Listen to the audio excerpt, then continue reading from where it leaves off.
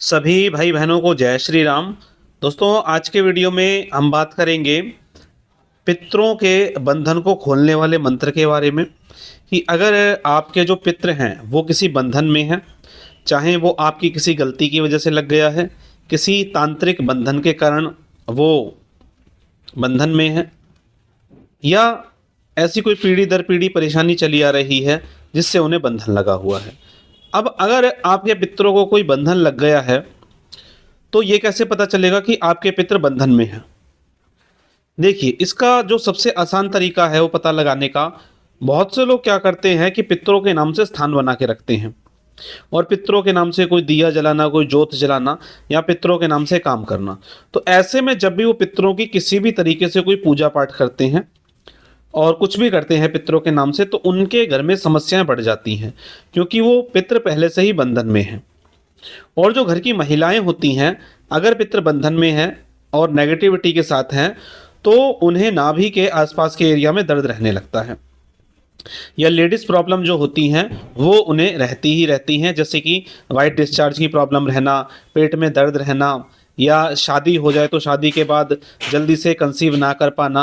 और जब प्रेगनेंसी हो जाती है तो प्रेगनेंसी में बहुत समस्या होती हैं उन्हें, जो एक नॉर्मल लेडीज़ को नहीं आती प्रेगनेंसी में, लेकिन ऐसी महिलाओं को बहुत ज़्यादा परेशानी आती है, या तो कंसीव ही नहीं होगा, हो जाए तो और अधिक परेशानियां चलती रहती हैं। तो ये कुछ लक्षण थे जिनसे आपको ये पता चल जाता है कि भाई आपके पितर बंधन में हैं। और अगर आपके घर में संतान हो चुकी है तो कैसे पता चलेगा?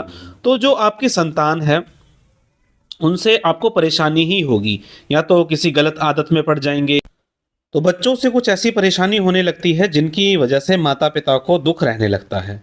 अब आपको ये पता चल गया कि भाई आपके पितृ बंधन में है, आपके घर में अगर कोई नेगेटिविटी आ रही है तो उससे आपकी रक्षा नहीं हो पा रही, या नेगेटिविटी आप फील करते हैं तो आपकी रक्षा नहीं हो पा रही, तो इसका मतलब है कि आपके जो पितृ हैं वो किसी ना किसी प्रकार के बंधन में हैं। तो इस बंधन से हटाने के लिए आप क्या कर सकते हैं? बहुत से लोग क्या करते हैं कि पितृपक्ष का, श्राद्ध पक्ष का इंतज़ार करते हैं कि जब पितृपक्ष आएगा तब उपाय करेंगे। ऐसा कोई ज़रूरी नहीं है। पितृ आपके साथ हमेशा रहते हैं, 24 घंटे रहते हैं।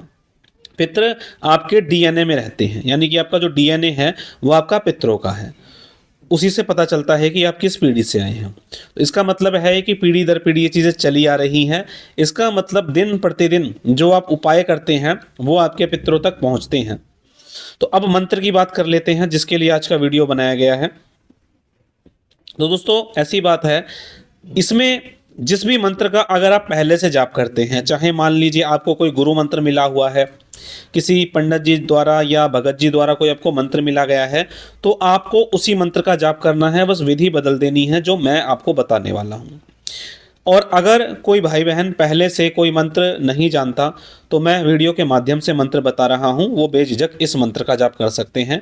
मंत्र रहेगा ओम श्री रामदूताय नमः। ओम श्री रामदूताय नमः, इस मंत्र का जाप करना है। किस प्रकार से जाप करना है वो मैं बता रहा हूँ।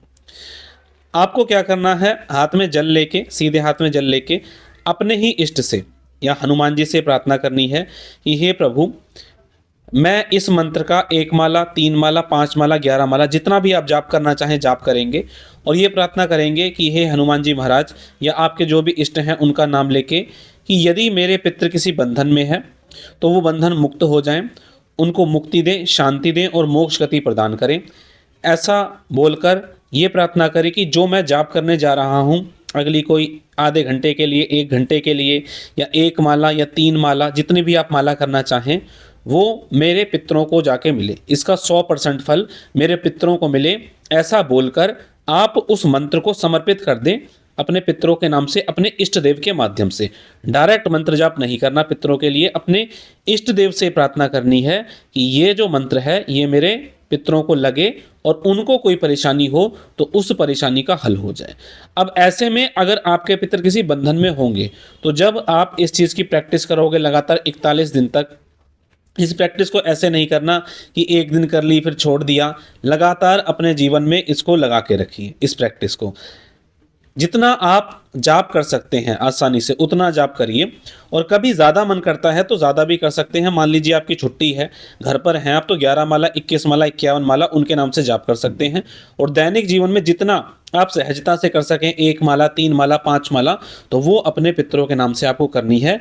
इस तरह की प्रैक्टिस, रिचुअल फॉलो करने हैं आपको अपने पितरों के लिए। दूसरा आपको क्या काम करना है कि अपने पितरों के नाम से आपको अमावस्या के दिन दान करना है। जो भी आप करना चाहें, जैसे कि खाने पीने का दान करना है, या ऐसी कोई भी वस्तु जिसको आप दान कर सकते हैं, कपड़े, जूते, चप्पल, जो भी, जिससे किसी व्यक्ति की सहायता हो, उससे उसकी आपको हेल्प करनी है। और व्यक्ति ऐसा होना चाहिए जिसकी आप हेल्प करें, जिससे बदले में आपको कभी भी कोई भी सेवा मिलने की उम्मीद ना हो, यानी कि उससे आपका कोई भी संबंध नहीं होना चाहिए। किसी अनजान व्यक्ति की हेल्प करनी है जहाँ से आपकी उम्मीद ना हो कुछ भी लेने की। तो ये 2 चीज़ें आपको करनी है, और प्रार्थना फिर से यही करनी है अपने ही इष्ट से, हे प्रभु, मैंने जो भी पुण्य का, जो भी दान पुण्य का काम किया है, इसका सारा फल मेरे पितरों को मिले।